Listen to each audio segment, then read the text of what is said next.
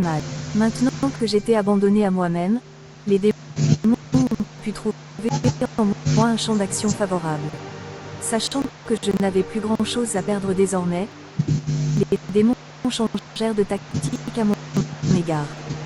Ils sont devenus courtois dans leur manière de communiquer avec moi, parfois même gentils. Ils m'ont utilisé de plus en plus pendant cette période. Je suis devenue leur femme. Les mauvais esprits ne peuvent pas se reproduire. C'est ainsi qu'ils appellent toujours les êtres humains à se reproduire et à mener à bien la grande campagne de séduction de l'humanité organisée par Satan. L'union entre un être humain et un esprit physique donne naissance à un monstre, ni homme ni animal. Ces esprits ne peuvent périr que carbonisés par la puissance de Dieu. Cependant, les anges déchus ne périssent pas de cette façon. S'ils habitent dans un corps humain, ils peuvent être chassés ou délogés par le Saint-Esprit lorsque nous invoquons le nom de Jésus-Christ.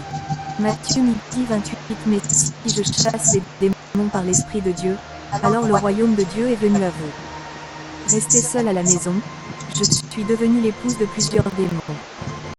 2 à 3 fois par semaine, je donnais naissance à ces enfants monstrueux. Je les ai nourris en 2 ou 3 jours, et cela leur suffisait.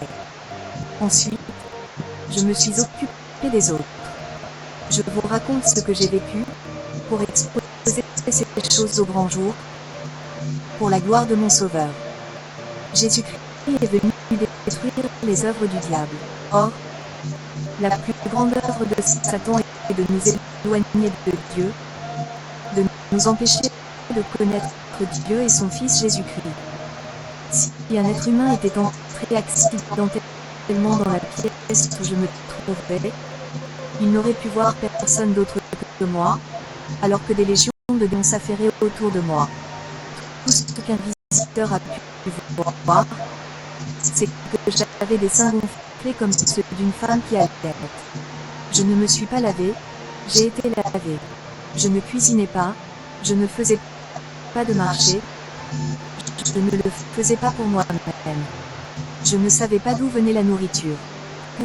Pouvez-vous imaginer une femme avec des cheveux tressés ou mangeant de la nourriture invisible?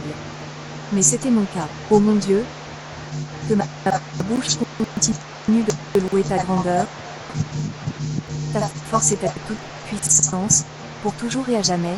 Amen. Exhortation. Bien-aimés,